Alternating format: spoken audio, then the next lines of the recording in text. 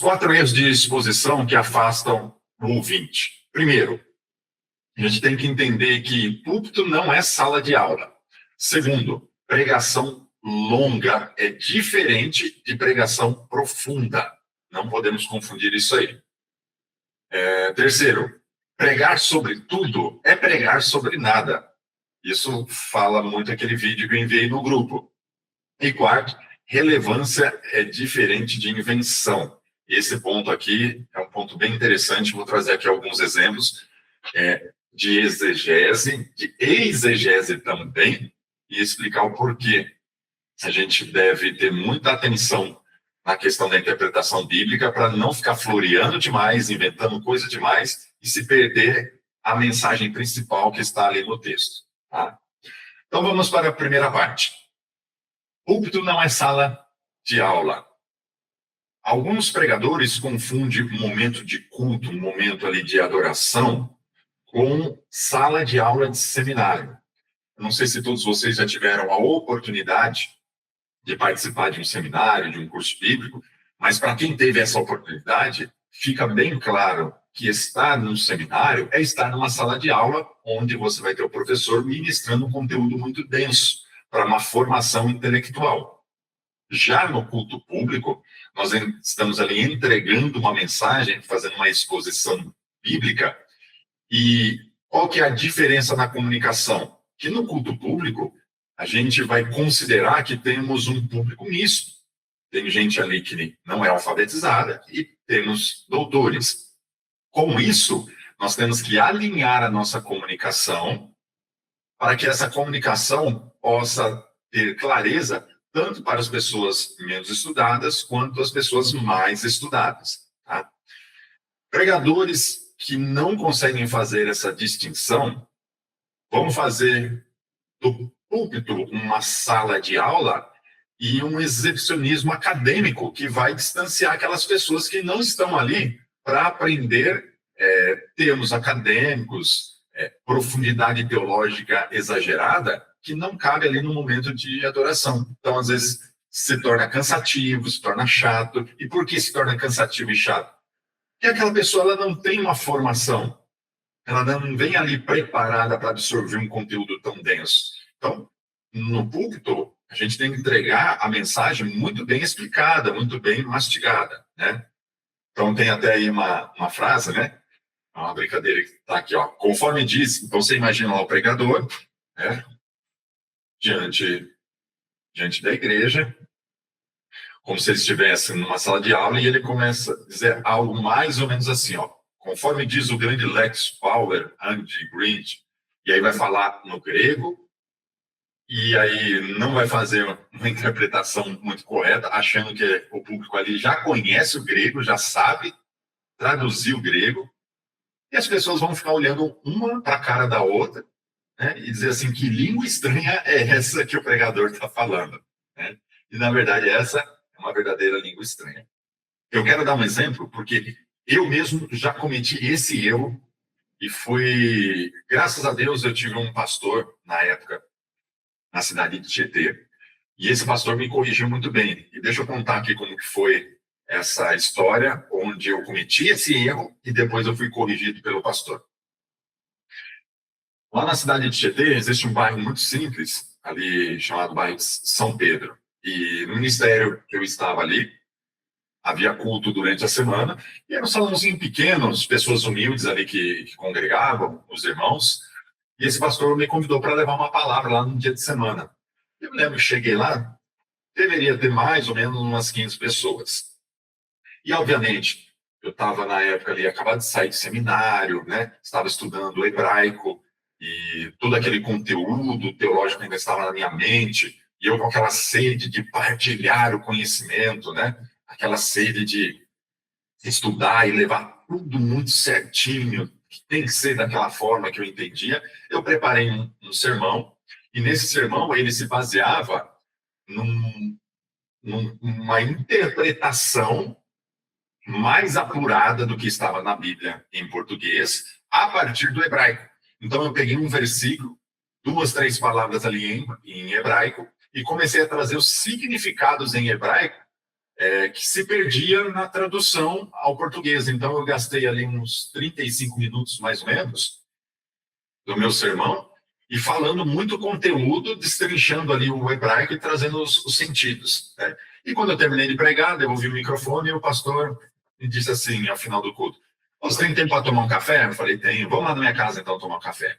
E esse pastor, ele gosta de conversar, ele entende muito de Bíblia, muito estudioso. Eu gosto de ver ele pregar, e ele fez um café, a gente sentou na cozinha e, tomando café, ele fez a seguinte pergunta assim: Fernando, quantas pessoas mais ou menos tinha ali no culto hoje? Aí eu falei: pastor, deve ter ali umas 15 pessoas, tá? Dessas 15 pessoas, quantas pessoas você acredita que elas sabem ler e escrever bem ali, que elas têm uma capacidade boa, assim, de interpretação de texto? Até então não tinha percebido onde ele queria chegar. Falei: pastor, eu, pastor, sua esposa, tá? Dessas 15 pessoas que eu conheço lá, umas 5 pessoas têm essa capacidade. E aí ele fez a outra pergunta: e dessas pessoas, quantas delas entendem hebraico como você entende? E quantas delas se interessam por ver um estudo aprofundado da palavra no hebraico, do texto, no hebraico, da forma como você fez, né? Conhecendo toda a semântica aí como você fez. E foi nesse momento que eu percebi onde ele queria chegar. Aí eu disse para ele: pastor, além de mim, do senhor, eu acredito que ninguém mais ali sabe ler uma palavra em hebraico. Ele disse: pois bem, é isso que eu quero chegar. Não adianta você fazer todo esse estudo, todo esse malabarismo, né, de interpretação bíblica, utilizar os recursos da tradução e trazer uma mensagem que as pessoas não compreendem, num nível muito diferente das pessoas. Então, você está ali para trazer uma mensagem que venha alimentar, que venha trazer clareza, que venha trazer entendimento. E uma vez que você tomou a decisão de fazer isso para um público que você não é um público acadêmico, você não está numa sala de seminário, você não está falando para tradutores bíblicos, isso deixa de ser interessante e você perdeu a mensagem. E aquele café foi um dos cafés mais amargos que eu já tomei na minha vida, porque foi ali que eu entendi o tamanho do erro que eu cometi, de ir para um culto e entregar uma mensagem que ninguém entendeu, que ninguém se interessou. Irmão, não é bom quando você entrega uma mensagem e passa assim, alguns anos e um irmão que estava ali naquele culto manda uma mensagem para você, quando te encontra na rua, te abraça e lembra daquela pregação de tantos anos atrás. Pregação que às vezes você mesmo não lembra que pregou, mas aquele irmão, aquela irmã lembra o que você pregou. Isso é tão bom. Certeza que Deus te usou para entregar uma mensagem com clareza, uma semente foi depositada ali e aquela pessoa saiu compreendendo o evangelho. Agora, de outra forma, também fazer o que eu disse que fiz naquele culto, né, um exibicionismo do hebraico, não contribui nada para o crescimento daqueles irmãos, naquele momento, naquele culto. Estão entendendo? Então a gente tem que ter essa clareza que culto não é aula de seminário. E aí a gente entende que devemos evitar determinados termos teológicos complexos, temas teológicos complexos que às vezes não é para ser debatido em cima do culto público, tá? Existem conteúdos que você vai tratar numa sala de aula. Então a gente tem que ter essa percepção. Eu acho que ficou claro aqui. E eu gostaria de ouvir de vocês aí. Vocês já cometeram esse erro? Eu contei aqui o meu. Tem alguém que tem coragem de assumir e falar: pastor, eu já fiz isso aí. Pastor, eu já cometi esse erro. Bom dia, paz. Deus abençoe a todos. Senhor, pastor. E é muito edificante quando você sai de um culto, que vem uma pessoa, vem mais uma, vem mais outra. Nossa, que palavra bem explicada e distribuída, né? Agora, quando você quer explicar o que realmente todos não entendem, como você falou aí, é complicado porque o culto fica murcho, né? Então, é decepcionante pra gente, mas como a gente aprende, como assim o senhor é um professor e a gente também já teve uns outros professores que teve a capacidade, a humildade de vir até a gente e falar: vamos lá conversar ali, porque a gente precisa explicar alguma coisa aí. Eu sei que você tem vontade, tem um chamado, mas precisa algumas coisas ser explicado para você ter mais clareza com a palavra e diante do lugar, né? O público e diante de uma sala, ou o lugar que seja o lugar próprio, né? Adequado, exatamente. Exatamente. Obrigado por partilhar aí, pastor, essa experiência. Então, o antídoto, irmãos, o estudo é para o preparo. Tá? Então, todo esse estudo, não vou estudar, não vou fazer uma análise semântica, não vou fazer uma exegese aprofundada, vai. Mas é naquele processo, né, como eu ensinei no encontro anterior, no processo da construção do seu sermão. Na hora que você vai reunir as informações, na hora que você vai fazer investigação ali, que é a segunda etapa da construção do sermão, então você vai fazer tudo isso aí. Tá? Então, a gente deve estudar, se aprofundar, mas a entrega tem que ser de uma forma simples e que as pessoas entendam. Eu uso muito como referência, sempre que eu posso, tá aqui minha filha mais velha, a Isabela, eu tenho o costume de, terminou o culto onde eu preguei, a gente entra no carro e eu pergunto assim, você entendeu a mensagem? Ela já entendi. Eu falei, então me explica assim, o que você entendeu da mensagem? E quando eu vejo que minha filha entendeu, eu pergunto também para minha esposa, né? Porque se ela entendeu, provavelmente todas as pessoas que estavam ali me ouvindo entenderam também. Agora, se a esposa não entende, se a filha não entende que convive com você, provavelmente a igreja também não entendeu a mensagem. Tá? Então, serve aí para a gente aplicar esse filtro. Pregação longa não é pregação profunda. Irmãos, coloquem isso na cabeça. Alguém, em algum momento, entendeu que 1 hora de pregação, 1 hora e meia de pregação, significa ter uma pregação profunda. E, na verdade, não é. Uma pregação profunda pode ser feita muito bem entre 30 e 40 minutos. Basta o pregador saber o que cortar do sermão e o que deixar. Então, existem, apesar que hoje, muitos pregadores reclamam quando vão para congresso que, ao invés de dar um tempo hábil para ele fazer uma boa exposição ali, dar um tempo de 1 hora, às vezes vão no congresso, canta-se, né, todos os conjuntos, todos os cantores se apresentam e o pregador vai ter ali 20 minutos, 25 minutos. Né? Isso acontece com frequência. Mas 1 hora, 1 hora e meia, 2 horas de pregação não quer dizer profundidade. Outra questão que eu quero trazer aqui para os irmãos também é que as pessoas, principalmente o público mais jovem, eles foram treinados para absorver conteúdos rápidos por conta da internet. A mente deles está treinada para isso. Eu dou aula de escola dominical, prego durante a semana no culto de doutrina, no culto de estudo bíblico, onde a gente tem, às vezes, 1 hora, 45 minutos, pelo menos, para pregar, e é perceptível esse público mais jovem que eles não conseguem manter a atenção. Então, o que a gente tem que fazer?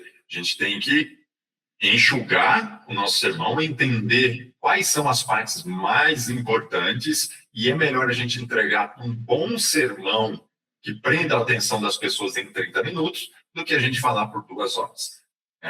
Eu até dei o exemplo durante a semana de um casamento que durou lá mais de 2 horas e as pessoas começaram a passar mal, porque tanto tempo ali em pé se tornou cansativo, isso não tem nada de profundidade. O pregador, lembra ali na segunda etapa do método firme, que é a investigação? Eu já tive esse problema também e eu sempre estou vigilante quanto a isso. Quando eu estou na fase da investigação, irmão, eu gosto de pegar dicionário, de pegar comentário, de procurar na internet, de usar as ferramentas ali, a plataforma, né, Mundo da Palavra, e vou reunindo. É como um chefe que vai preparar um prato e ele vai pegando os melhores ingredientes e ele vai vendo, ele vai lembrando, falando, vou experimentar isso, e vai juntando ali, daqui a pouco, na mesa não cabe mais, né, quantidade de ingredientes para preparar aquele prato. Só que, quando a gente vai fazer preparo do sermão, a gente tem que ter essa noção que a gente não está escrevendo ali um livro, que a gente não vai contar uma minissérie, que a gente vai ter 30, 45 minutos para falar. E aí a gente tem que ter essa habilidade de saber o que entra e o que fica de fora do sermão. Tá? Então, sempre se preparem para uma pregação de 30 a 40 minutos, que você vai conseguir profundidade. E quem pensar diferente disso, você pode observar. O público não aguenta 2 horas de pregação. Ninguém consegue assimilar tanto conteúdo assim. 2 horas de fala se torna cansativo. Dificilmente alguém consegue ter conteúdo de alta relevância para falar 2 horas seguidas. Tá? Isso é muito difícil. Então, Sugar, eu já vi aqui muitos pregadores, e a minha esposa recentemente pregou ali no culto no lar, e aí ela pregou, acho que foram 15 a 20 minutos de mensagem, ela encerrou, depois ela veio me perguntar, eu falei pouco, eu falei, falou tudo que tinha que falar, e não ficou com o famoso encher linguiça. Eu falei assim, mensagem é isso mesmo, você entregou tudo que você tinha, devolve o microfone e senta. Então você entrega tudo que você tem. Terminou de entregar, não fica enchendo a linguiça, tá bom? Esse aqui é o segundo erro, e a habilidade que a gente precisa ter é se perguntar: se a congregação pudesse levar apenas uma frase da sua pregação, qual seria? E essa é a pergunta que você deve fazer quando você reunir todo o conteúdo ali da sua investigação, depois você revisar e montar o seu sermão. Quando você está diante do seu sermão e olhar para ele ali, opa, de todo aquele conteúdo, você tem que chegar à seguinte conclusão: qual é o maior aprendizado aqui desse conteúdo? Se eu pudesse resumir em uma frase, a frase principal, qual seria? Eu até brinquei num estudo que eu ministrei numa quarta-feira, dizendo para os irmãos, se de 1 hora você aprender uma coisa aqui, já valeu a pena você estar aqui. Aí teve até uma irmã que brincou assim, que não aprendeu nada comigo. Pois bem, essa é a premissa que a gente deve fazer, um filtro que a gente deve aplicar sobre condensar em uma frase todo o sermão, tá? Pelo menos isso. Então, se você consegue responder essa pergunta lá em todo o meu sermão, a frase principal é essa, o aprendizado principal é esse aqui. Você tem clareza no seu sermão, você está pronto para pregar esse sermão. Erro 3. Quem prega sobre tudo, prega sobre nada. Eu não sei se vocês concordam comigo, mas pregação onde não tem uma ideia central sustentada no texto que o pregador leu, se torna difícil de compreensão. Quando o pregador lê um texto, lá lê uma das cartas de Paulo, e depois ele cita o Evangelho, depois ele vai para Apocalipse, depois ele vai para Pentateuco, cita Salmos, e aí fica uma metralhadora de citar versículos, eu tenho dificuldade de entender esse tipo de pregação. E acredito que as pessoas também. Por quê? Cansei de chegar em casa e comentar com a esposa assim, nossa, quando falou tanto, citou tanto texto, mas o texto que ele leu, ele não explicou nada. Ele só leu o texto ali na abertura e saiu citando versículos e fazendo aplicações dispersas. Ele não construiu ali uma linha de explicação de início, meio e fim. Então, a ideia central do sermão tem que estar condensada, na maior parte do tempo, naquilo que você leu. Ou seja, para que você leu Mateus 24 se 80% do tempo da sua pregação você ficou lá no Apocalipse? Então, pega o texto de Apocalipse, leia ele e aplica ele ali.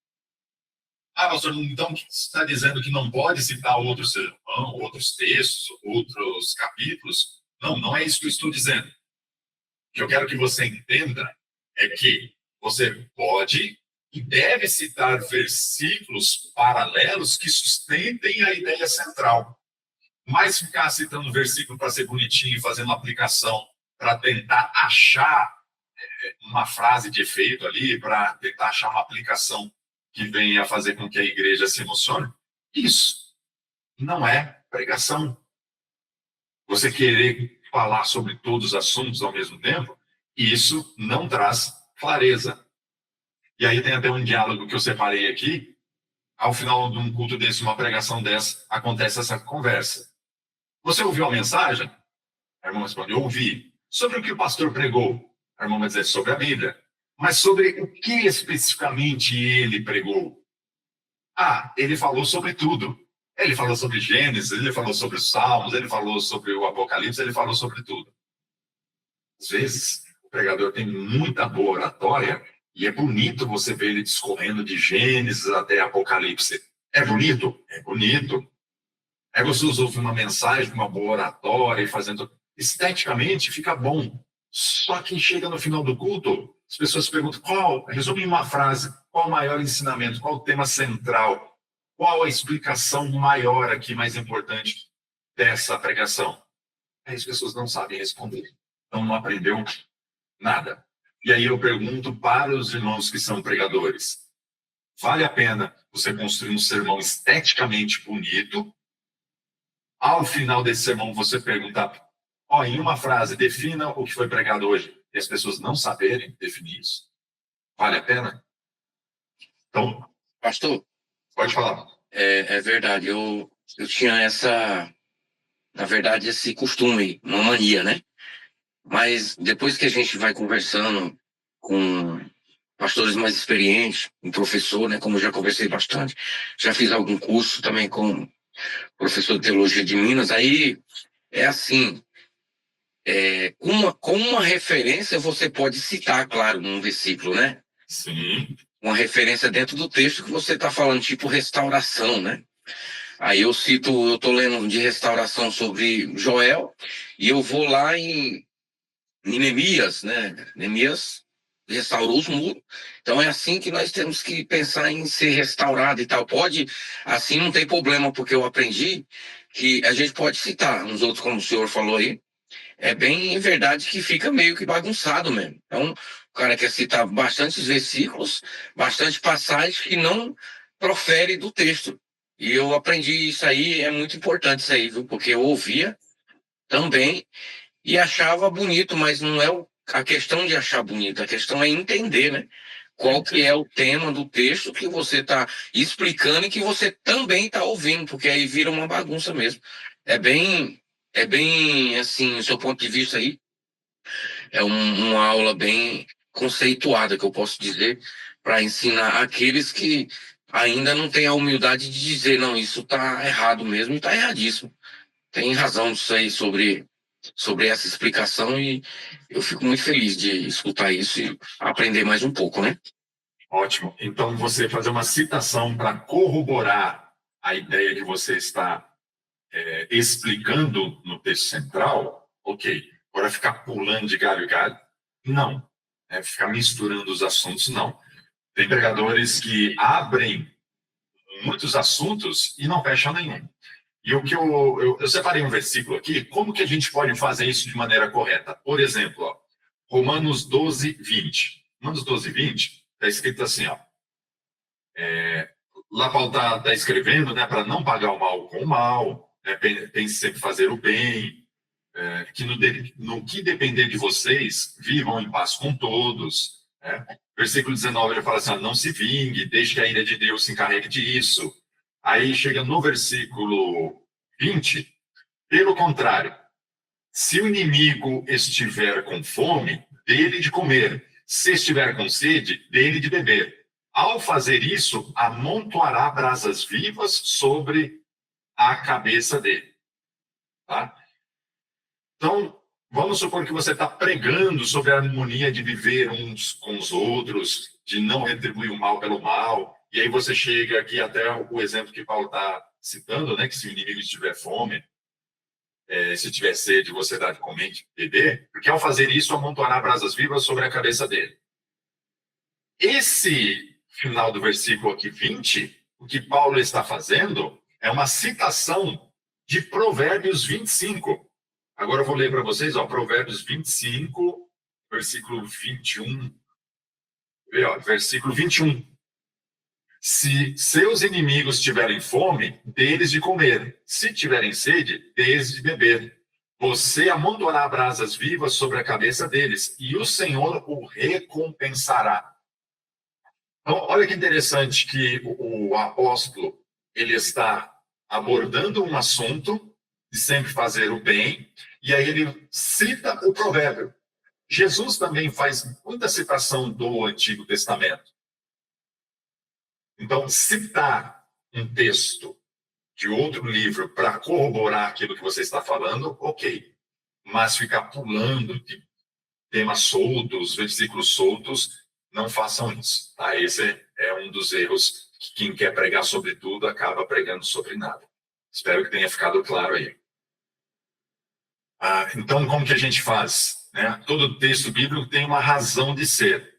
Quando você estuda o texto direito, você descobre o ouro que está lá. Um conceito sobre Deus, uma necessidade humana. Essa é a ideia central. Se o ponto não serve à ideia central, então guarde para outra oportunidade. Então você tem que chegar a essa clareza, tem que chegar a qual que é a ideia central.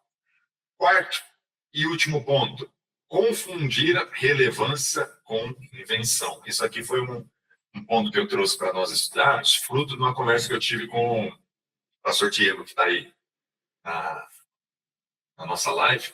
Tive, nas 2 últimas semanas, a gente se falou aí umas 2 vezes.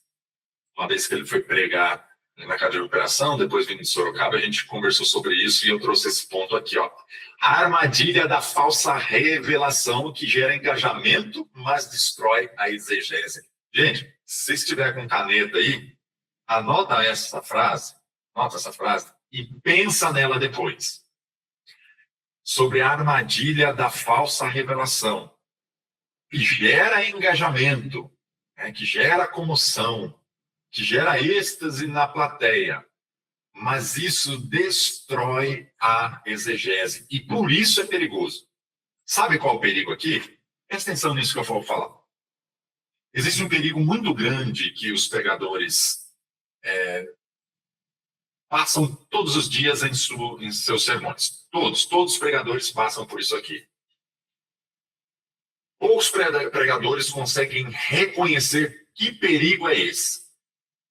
E esse perigo faz com que muitas pessoas se desviem da verdade sem perceber que se desviaram da verdade. Você está percebendo a gravidade do que eu estou falando? Está percebendo a gravidade? Se desviar da verdade sem perceber que se desviou dela. Quando a gente comete um erro, mas sabe aquele erro bobo, que até uma criança olha assim e fala assim, poxa, como é que você faz um negócio desse? Como é que você faz? Mesma coisa que você tropeçar numa pedra desse tamanho assim, né? Do tamanho de um carro. Pô, mas você não está vendo uma pedra tamanho... É muito óbvio, né? Que de longe você vai enxergar isso aí. Como é que você vai tropeçar ali? Mas tropeçar em coisas pequenas. Então, se algo é muito evidente, está muito na cara, claro que você vai conseguir se desviar disso. Mas é aquilo que não está muito bem evidente, que é sutil. E de que erro você está falando? Eu estou falando de um erro que faz se desviar da verdade, que é a validação pelo aplauso, a validação pelo engajamento, a validação pela plateia. Pensem comigo, se você acabou de entregar um sermão, imagina comigo, um congresso, você foi lá convidado, você entregou o sermão, e ao final desse culto, o pastor da igreja te abraça, chora. O dirigente ali do departamento te abraça, chora. Vem lá uma meia dúzia de pessoas que nunca te viu na vida e agradece por você ter entregue aquela mensagem, te abraça e chora também. E se você sai da igreja, vai para o restaurante, você vai com que sentimento? Nossa, realmente a mensagem foi boa, hein? Realmente a mensagem foi impactante. O pastor chorou, o líder do departamento chorou, irmãos que eu nem conheço, só vieram mandar mensagem para mim.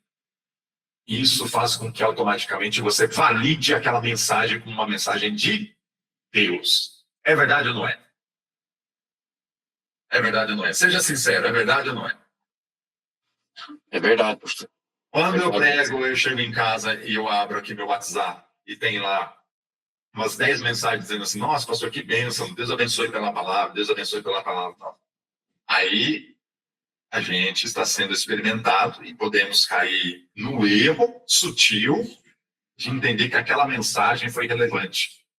E a gente sequer se presta, olha só, a gente sequer volta aquele texto, volta aquele esboço. Peraí, muita gente está falando assim, será que realmente foi boa? Deixa eu dar uma olhada aqui, deixa eu refletir, deixa eu ver as aplicações que eu fiz. Pô, realmente está boa. A gente não faz isso. Sabe quando que a gente volta para o texto? Sabe quando a gente volta para o esboço? Fala assim, deixa eu ver se está certo isso aqui que eu falei. Quando que a gente faz isso, irmãos? Quando que a gente faz? Quando a gente prega e ninguém dá glória a Deus.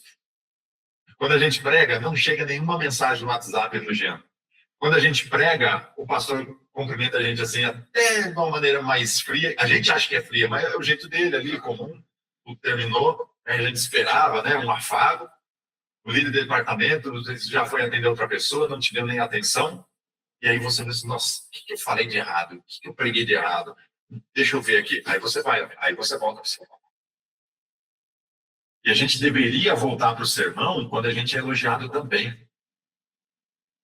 Existem pregadores aí falando bobagem e destruindo a exegese bíblica e as pessoas estão.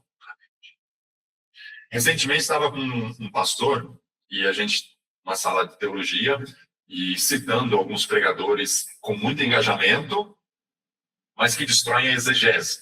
E eu citei um pregador, uma pregadora que é conhecida dele, ele falou assim, não, pastor, não fale isso não, porque o pastor não conhece a pessoa, tal, a pessoa precisa de ajuda, tal. Eu falei assim, claro que precisa de ajuda, é evidente que precisa de ajuda. Falar o que ela está falando, ela precisa de alguém que a oriente. Agora a pergunta é, você que é amigo está orientando ela, você tem coragem de chamar ela assim, ô, minha irmã, vem cá, senta aqui um pouquinho. Deixa eu aproveitar a nossa amizade e te dizer umas coisas aqui.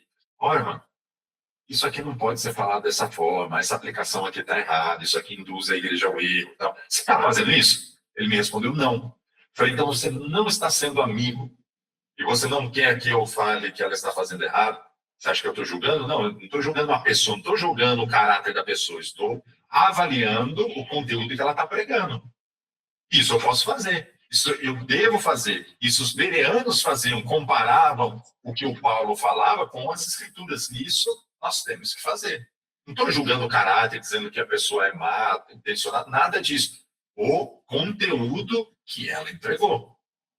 Correto?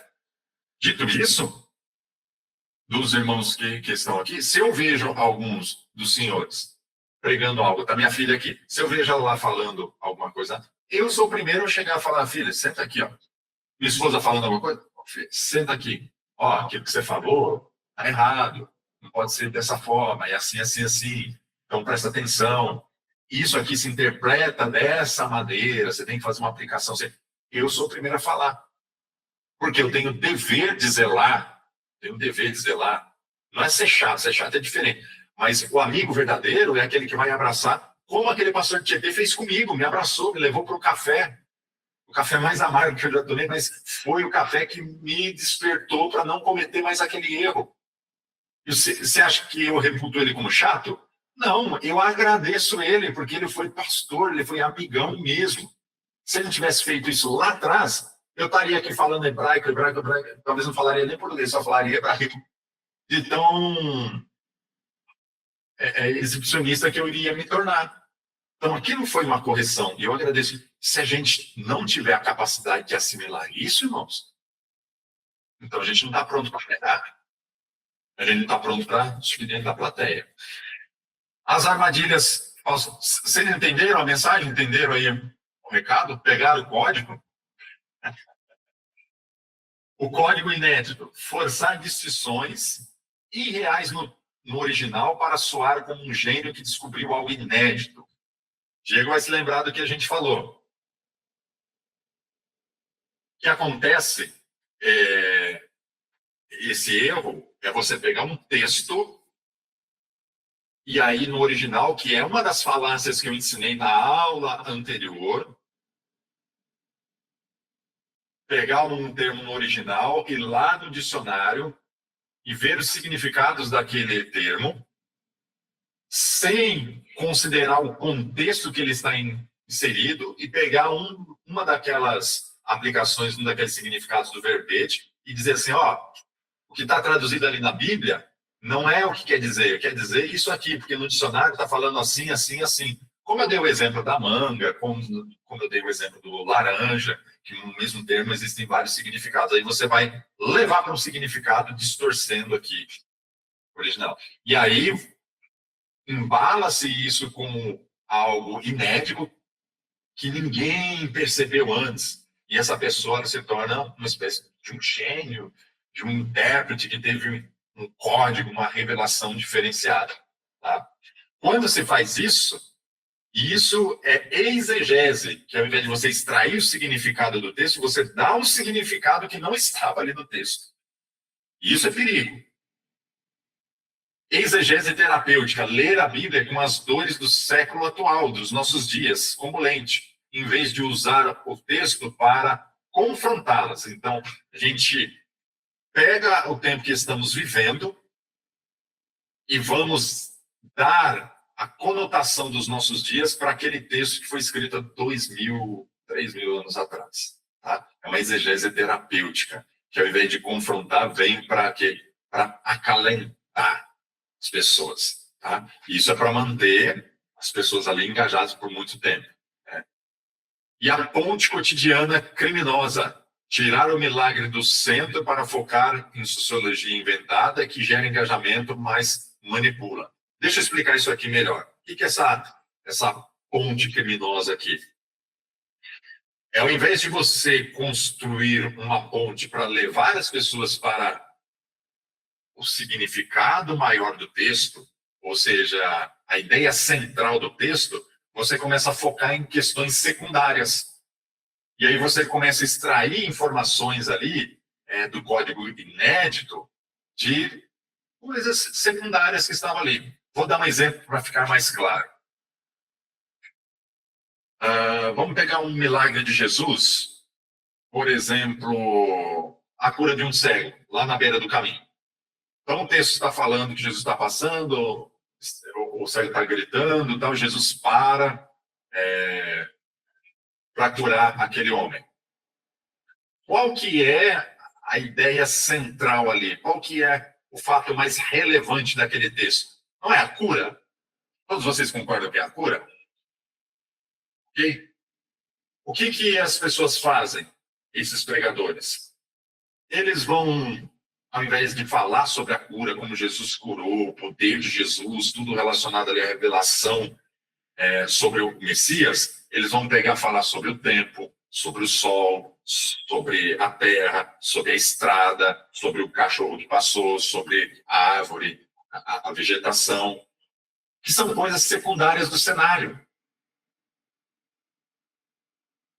A gente pegar, por exemplo, a mulher do fluxo de sangue, em todo ali um contexto girando sobre a dor daquela mulher e como Jesus a perdoou e a curou de uma forma que saiu virtude de Jesus, né, do Filho de Deus.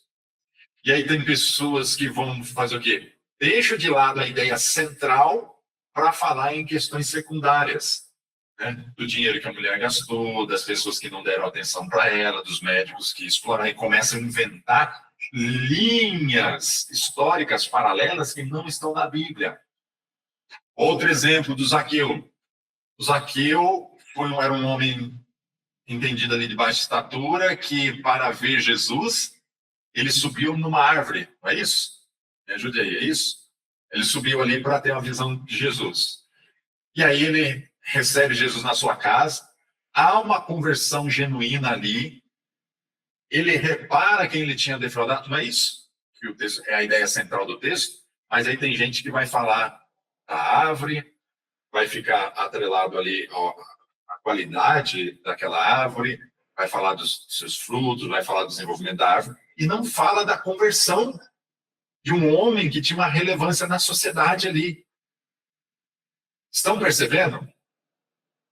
Confundir relevância com invenção é ficar criando histórias de coisas secundárias onde o texto, a ideia central ali, o ensinamento maior, ele é deixado de lado. Tá? Isso, então, é um erro. E por que é um erro? Porque destrói a exegese. E se cria narrativas diferentes. Então, o que a gente tem que fazer diante disso? Identificar a verdadeira relevância. A palavra exposta com clareza já é afiada. O segredo não é torcer o texto, mas entender a dor de quem está sentado no banco e mostrar como a verdade histórica se choca com a realidade das pessoas. Tá? Empatia sem heresias. Um pastor que compartilha suas lutas antes de aplicar o texto quebra as defesas muito mais rápido do que aquele que inventa uma revelação inédita. Uma coisa que eu estou aplicando mais aqui nas minhas pregações é essa questão da vulnerabilidade pastoral. Eu tenho percebido que isso é genuíno e faz com que as pessoas aprendam de uma forma mais rápida e prestem mais atenção naquilo que você está falando. Vou dar um exemplo. No início dessa aula, eu contei para vocês uma história de um erro que eu cometi lá sobre a interpretação do hebraico. Vocês lembram? No início da aula. Aquilo foi compartilhar uma dor minha, um erro meu. Então, eu abri aqui dizendo assim, eu não sou perfeito. E isso faz com que as pessoas se identifiquem. Eu pregava e tinha muita dificuldade em fazer a aplicação, porque eu ficava muito estrito ali na exegese, no texto e tal, e não transmitia essa questão da vulnerabilidade. Então, as pessoas estão ouvindo um pregador e parece que o pregador ele tem uma sabedoria muito grande, ele não tem defeito, ele é uma pessoa que está num outro patamar. Né? Chega a soar até frio. Então, isso não gera conexão, não gera engajamento com as pessoas. Só que a gente não precisa torcer o entendimento, a gente não precisa criar narrativas alternativas para que as pessoas se engajem com aquilo que a gente está falando. Uma das formas da gente fazer isso é ter empatia, mostrar as nossas dores, as nossas deficiências, limitações na hora da pregação e parar com esse negócio que pregador, ele é alguém perfeito, ele é alguém... Não, mostre as suas lutas lá também. Obviamente tem limite, né? Ninguém vai falar que contar aqueles testemunhos que quando não era crente, que brigou no bar, que deu uma facada no outro. Não é essa a questão. Mas se um dia você precisar contar isso, que você foi um homem desse nível, para confortar alguém que ele pensa na cabeça dele assim, poxa, eu cometi um crime, acho que Deus nunca vai me perdoar, nunca vai me amar. Então, a tua experiência, tua história de vida vai servir ali de exemplo para fortalecer que Deus é maravilhoso, que o amor está ali, perdão está ali presente para mudar a história daquela pessoa. E o apelo cristocêntrico, o clímax do sermão deve sempre apontar para o evangelho. O consolo final não é a sua semana vai ser melhor, mas sim, Cristo é suficiente, não importa as circunstâncias. Vamos, para ir finalizando. Recentemente estava num culto, onde teve 2 irmãos que tiveram a oportunidade e falaram antes de mim, uma saudação ali de 5 minutos, e as palavras sempre foram assim, ó, Deus vai dar vitória, Deus já te deu vitória, Deus é isso, o Deus resolvedor de problema do homem, né? O Deus empregado do homem. E o irmão me deu a oportunidade, e eu li o texto que eu estava meditando ali, né? Que estava na minha mente, no meu coração. E o texto que eu propus ali é um texto que falava que Jesus sempre está presente conosco nas nossas lutas e nas nossas adversidades. Então, foi um texto totalmente contrário ou oposto àquilo que os 2 irmãos falaram antes de mim.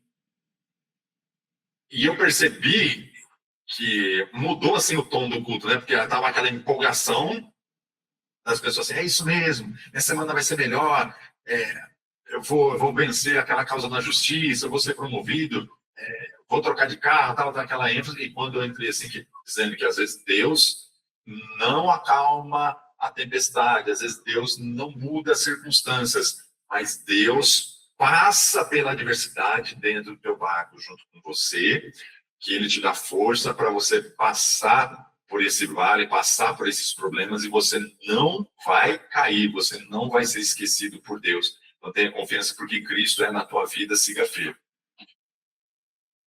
Mudou o tom do culto, mudou aquele clima, mas não se perdeu aquele ambiente, aquela atmosfera de adoração. E eu percebi que aquilo só foi realinhado de uma forma mais bíblica, de uma forma mais correta. Porque eu entendo que você prometer que a semana da pessoa vai ser melhor, sendo isso uma proposição sua, sendo isso uma intenção que parte do que você quer propor, e não do que de fato Deus falou que ia transformar naquela semana a vida de alguém, você falar isso, ao meu ver, tá? Na minha simples e humilde opinião, você está mentindo. Você está mentindo. O pregador, ele está mentindo quando vai dizer assim que essa semana vai ter cura, quando ele fala isso sem ser inspirado por Deus. Só porque ele está emocionado ali com a plateia. Se Deus não falou que vai ter cura. Se vai ser uma semana de milagre. E aí passa uma semana, volta lá na igreja. Quantos milagres, quantos testemunhos, quantas curas aconteceu? Nenhuma. E aí, quem falou? Foi o pregador ou foi Deus que falou? Então é melhor a gente dizer assim, olha, Cristo é suficiente, porque é uma verdade revelada isso, que Cristo é suficiente, não importa a circunstância. Não é melhor você pregar e orar, profetizar, dizendo assim, ó, Cristo é contigo, independente da circunstância. Se der certo, Ele é contigo. Se der algo errado na sua semana, Deus é contigo também, vai te ensinar nesse erro e vai te dar força para você sair do outro lado e vai caminhar contigo, vai fazer você chegar até o ponto, até o momento que Ele quer que você vá. Que você avance até onde Cristo quer que você avance. Para encerrar, então, o checklist aqui, as 4 perguntas antes de subir ao púlpito. Meu ouvinte menos instruído, o irmão mais simples, entenderia o que você pregou? Então, você olha para o seu sermão, ou você faz uma avaliação após pregar. O irmão mais simples entendeu? Sim ou não? Se você olha para o seu sermão e dizer assim, não, o irmão não vai entender dessa forma aqui. Então, revise o seu sermão. Qual é a única frase que resume o seu sermão? Você consegue responder isso? Sua esposa, seu filho, você perguntar, ele vai conseguir responder isso? Se ele não conseguir responder isso com clareza, você precisa rever o seu sermão. Eu posso cortar mais alguma coisa? Cada ponto do meu sermão, ele tem conexão com a ideia central ou ele vai dispersar da ideia central? Revisa isso.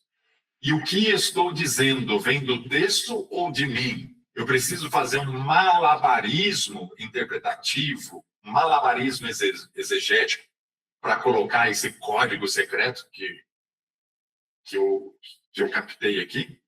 Então faça essa pergunta, isso vem do texto ou vem de mim? Se precisar fazer um malabarismo, não, cuidado com isso, reveja. Siga o método firme na construção do seu sermão, revise, para que você entregue uma mensagem, uma boa exposição, mantendo o engajamento do público. Então, fazendo isso, meus irmãos, aplicando esses 4 pontos aqui que eu acabei de mencionar, você com certeza vai trazer uma pregação com clareza que as pessoas vão assimilar e, consequentemente, você vai manter a atenção dos ouvintes. Então, você vai pregar, vai ter uma comunicação, uma mensagem bíblica, mantendo o engajamento dos irmãos. É isso.